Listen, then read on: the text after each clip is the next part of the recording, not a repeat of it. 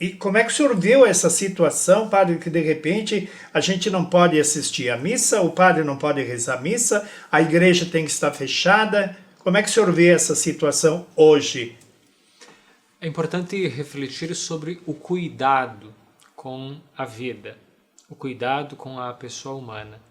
E aí, três palavras interessantes: fé, razão e autoridade. Fides, ratio e auctoritas. Então, a fé. Nós temos fé. Por isso nós rezamos, nós pedimos a intercessão de Nossa Senhora de Caravaggio, nós queremos participar dos sacramentos. Então, a fé é muito importante. A fé nos pode gerar, inclusive, esperança. Esperança de que as coisas, mais cedo ou mais tarde, voltarão a certa normalidade e que nós poderemos nos reencontrar, nos abraçar, festejar, aglomerar também. Então, a fé nos faz encontrar sentido da vida, mesmo com tantas situações de sofrimento e de angústia, como nós vemos atualmente com a pandemia do novo coronavírus. Então, a fé nos faz manter a esperança, porque se nós perdermos a esperança, aí nós vamos estar desesperados, e aí o risco do suicídio é muito grande. E a gente vê tantos casos de tentativa de suicídio, de ideação suicida e de morte por suicídio. O Rio Grande do Sul é o pior estado do país na questão dos índices de tentativa e de morte por suicídio.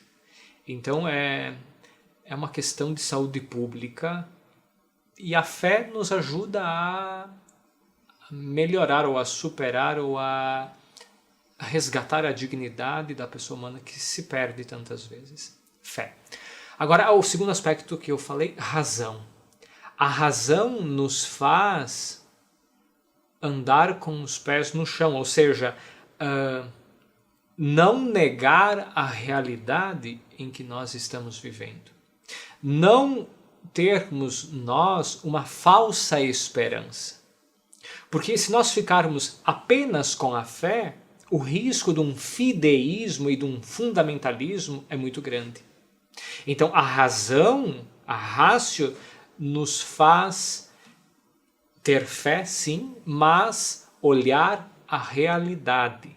Então, se nós simplesmente hoje abríssemos as nossas igrejas e disséssemos podem vir que tanto faz como tanto fez, o risco seria muito grande, porque quantas pessoas foram vacinadas? Né? E quem foi vacinado uma vez já fez a segunda dose, etc, etc. Então, a gente vê a realidade das nossas cidades num caos. Tanto no aspecto econômico, sim, desemprego, sim, mas, sobretudo nos hospitais, a fila de espera para as UTIs, as pessoas morrendo antes de conseguir entrar numa UTI, enfim, os procedimentos, os profissionais da área da saúde com síndrome de burnout, que é esgotamento físico e psíquico por causa do excesso de trabalho. Então, a síndrome de burnout nos profissionais da saúde está aí. Então, não é só quem é atendido, é quem está para atender que sofre, é os familiares, é o sistema todo. Então, a razão nos faz perceber a realidade para agirmos com cuidado. E a autoridade, é o último aspecto, a auctoritas, a autoridade nos faz perceber por onde andar. E para nós, a autoridade científica é muito importante. As autoridades na saúde, por exemplo, os conselhos de medicina e etc. Nós vamos tomar que tipo de vacina? Ou, diante de um caso confirmado de Covid-19, qual medicação fazer uso? Né?